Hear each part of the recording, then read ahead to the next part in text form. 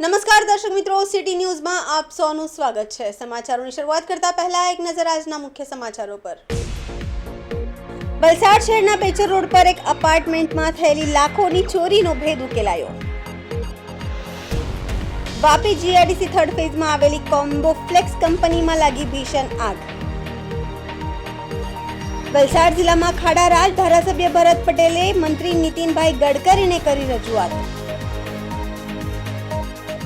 અને વલસાડના ભીલાડ માળા ફળિયામાં અજાણ્યા ચોર ઈસમો દેખાતા ચકચાર। હવે સમાચાર વિગતવાર જોઈએ। વલસાડ શહેરના પેચર રોડ પર એક અપાર્ટમેન્ટમાં થયેલી લાખોની ચોરીનો ભેદ ઉકેલાયો છે। આ મામલે વલસાડ પોલીસે બે મુખ્ય સૂત્રધાર આરોપીઓની ધરપકડ કરી લીધી છે। અત્યાર સુધીની તપાસમાં બહાર આવ્યું હતું કે ચોરીને અંજામ આપનાર આરોપીઓ સગા સસરા જમાઈ છે। સસરા જમાઈની જોડીએ મળી માત્ર ગણતરીના મિનિટોમાં જ લાખોની ચોરી કરીને ફરાર થઈ ગયા હતા। ગુનાઓની દુનિયામાં ધોત્રે ગેંગના કારનામાઓ અનેક વખત પોલીસ ચોપડે પણ નોંધાઈ ચૂક્યા છે। શું હતી આખી ઘટના અને કેવી રીતે આપ્યો હતો ચોરીને અંજામ, જોઈએ આ અહેવાલ। શહેરના બેચર રોડ પર આવેલ રોયલ અપાર્ટમેન્ટમાં ગઈ 3 મેના રોજ એક બંધ ફ્લેટમાંથી લાખો રૂપિયાની ચોરી થઈ હતી। આ ફ્લેટમાં રહેતો પરિવાર બહાર ગયા હતા। એ વખતે જ બંધ ફ્લેટમાંથી કોઈ અજાણ્યા ઈસમોએ તાળું તોડીને અંદર પ્રવેશ કરી 10.97 લાખની કિંમતના સોના ચાંદીના દાગીના અને રોકડ રકમની ચોરી કરીને પલવારમાં ફરાર થઈ ગયા હતા। બનાવ બાદ વલસાડ સિટી પોલીસ સહિત જિલ્લાભરની પોલીસની ટીમો આ લાખોની ચોરીનો ભેદ ઉકેલવા કામે લાગી હતી।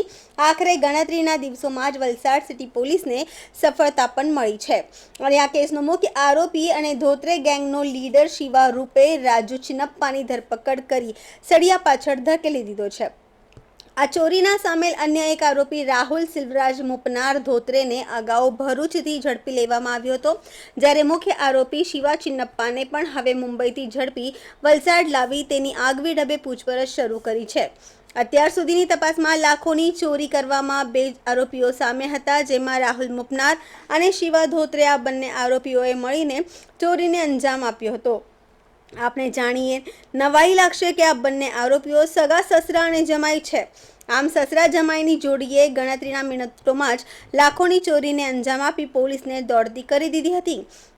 આ સસરા જમાઈએ અગાઉ વલસાડ, સુરત, ભરૂચ સહિત અન્ય જિલ્લાઓમાં પણ 3થી વધુ ચોરી કરી હતી। તેમના પર મહારાષ્ટ્ર, કર્ણાટક અને ગુજરાતના સુરત, ભરૂચ અને વલસાડ જિલ્લામાં મળી કુલ 30થી વધુ ગુનાઓ નોંધાઈ ચૂક્યા હોવાનું પણ બહાર આવ્યું છે। ગુનાઓની દુનિયામાં કુખ્યાત ધોત્રે ગેંગના સસરા જમાઈની જોડી અત્યાર સુધી ન માત્ર વલસાડ જિલ્લા પરંતુ ગુજરાત સહિત ભરૂચ અને અન્ય જિલ્લાઓ પણ મહારાષ્ટ્રથી લઈ કર્ણાટક સુધીના રાજ્યોમાં નાની મોટી ચોરીના અનેક ગુનાઓને અંજામ આપી ચૂકી છે અને અનેક રાજ્યોની પોલીસને દોડતી પણ કરી દીધી હતી। જો કે હવે આખરે શાતિર સસરા જમાઈ પોલીસ પાંજરે પુરાતા આગામી સમયમાં ધોત્રે ગેંગના વધુ કારનામાઓ બહાર આવે તેવી શક્યતાઓ જોવાઈ રહી છે। વલસાડ સિટી પોલીસ સ્ટેશનની હદમાં આવેલ એક ફ્લેટમાં દિવસના 3:30થી 4 વાગ્યાના વચ્ચેના સમયમાં બાઇક ઉપર આવેલા બે ઈસમોએ ઘરફોડ ચોરીને અંજામ આપ્યો હતો। 10 લાખથી વધુની રકમના દાગીના અને રોકડ રકમની ઘરફોડ કરવામાં આવી હતી। આ ગુનાની ગંભીરતાને ધ્યાને રાખીને વલસાડ સિટી પોલીસ સ્ટેશનની ટીમ અને ક્રાઇમ બ્રાન્ચ તમામ ટીમો કામે લાગેલી હતી।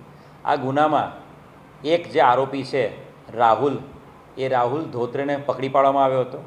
એ જમાઈ છે અને એના સસરા શિવા ચિનપ્પા ધોત્રે, આ સસરા જમાઈની જે ગેંગ છે જે ઓરિજિનલી ધોત્રે ગેંગ તરીકે ઓળખાય છે, એમાં રાહુલની ધરપકડ પહેલાં જ થઈ ગયેલી હતી અને જે મુખ્ય સૂત્રધાર અને આ જે ધોત્રે ગેંગનો મુખ્ય મેઇન વ્યક્તિ એ શિવા ચિનપ્પા ધોત્રે એ લાંબા સમયથી આ ગુનામાં નાસ્તો ફરતો હતો અને શિવા ચિનપ્પા ધોત્રે એની ચોક્કસ હકીકત આપણા ક્રાઇમ બ્રાન્ચના કોન્સ્ટેબલ કુલદીપસિંહ અને હરદીપસિંહને મળી હતી અને આ શિવા ચિનપ્પા ધોત્રેને મહારાષ્ટ્રમાંથી એને પકડી પાડવામાં આવ્યો છે।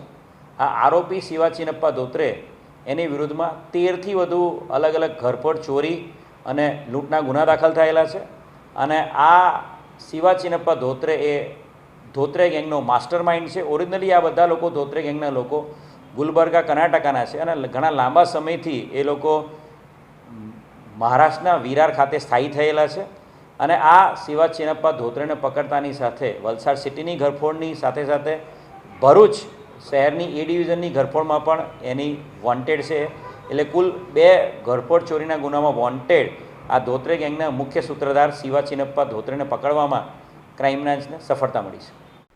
વાપી જીઆઈડીસી થર્ડ ફેઝમાં આવેલી કોમ્બોફ્લેક્સ કંપનીમાં લાગી ભીષણ આગ. સવારે કંપનીના પાછળના ભાગે શેડમાં આગ લાગી હતી. મેઇન પ્રોડક્શન થતી જગ્યા પર જ આ આગ લાગવાનો બનાવ સામે આવ્યો હતો. આગમાં ફાયરની 5 ગાડી આવી આગ પર કાબુ મેળવ્યો હતો. કંપનીમાં રાખેલ માલસામાન બળીને ખાખ થઈ ગયો છે. વારંવાર આ કંપનીઓમાં આગ લાગે છે.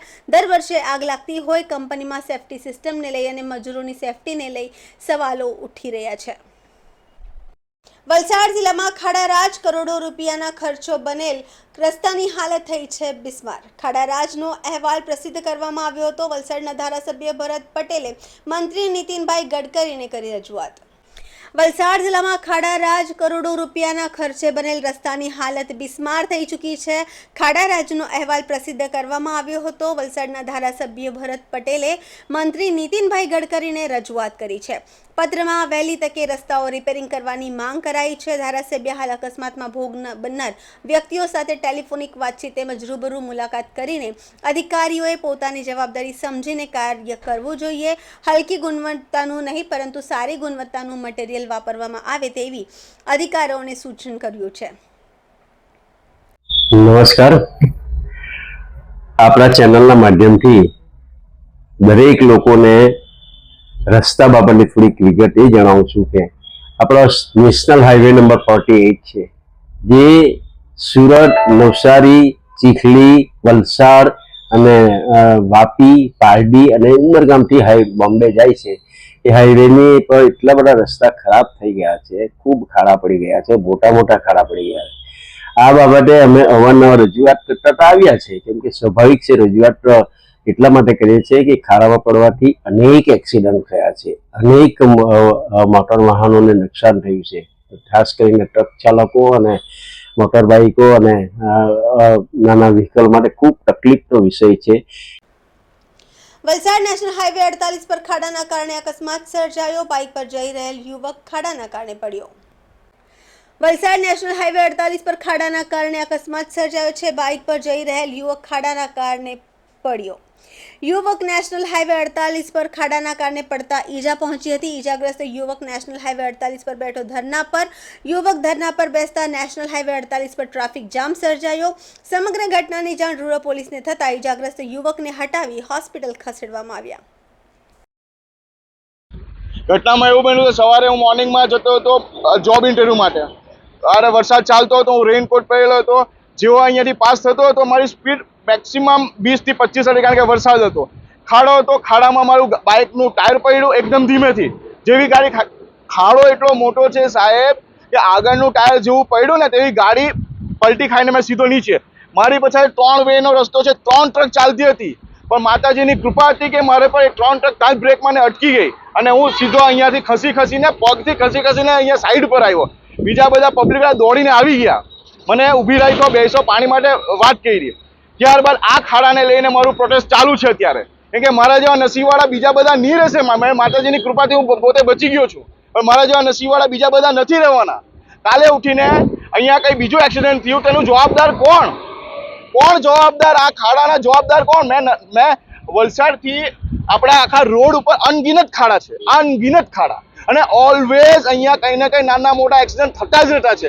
આગળ બી તમે જોયું હોય તો કરણી સેના વલસાડના અધ્યક્ષ આગળ પણ પ્રદીપસિંહ બાપુ એમ કરીને એમના ખાડાના લીધે 2 મોત પડેલી હતી, જો તમને 2 વર્ષ પહેલાની યાદ છે. અને 2 વર્ષ તો બહુ પહેલાની વાત છે, 2 વર્ષ પછી પણ કેટલાઓ હાદસા અહીંયા થયા છે, નાના મોટા. મારા 2 નાના છોકરા છે, અગર હું મરી ગયેલો તો છોકરાનું પાલન પોષણ કોણ કરવાનું હતું?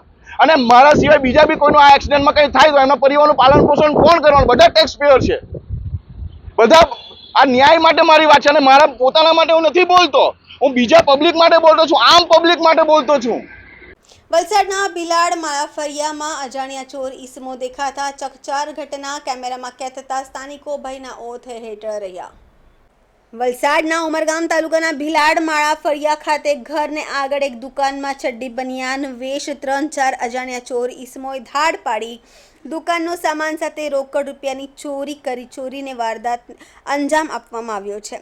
જે ઘટના સીસીટીવી કેમેરામાં કેદ થતા અજાણ્યા ચોર ઈસમો બાજુના ઘરમાં અને દુકાનમાં જતા નજરે ચડ્યા છે. જો કે આ ઘટના સ્થળની બાજુમાં એક ઘરમાં આંગણામાં પ્રવેશ કરી મુખ્ય દરવાજો ખોલવાનો પ્રયાસ કરવામાં આવ્યો હોવાનું સૂત્રાનુસાર જાણવા મળ્યું છે.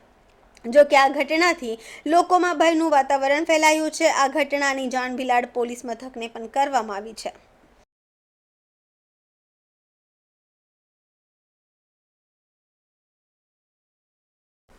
તો આ હતા અત્યાર સુધીના સમાચાર. જોતા રહો સિટી ન્યૂઝ. નમસ્કાર.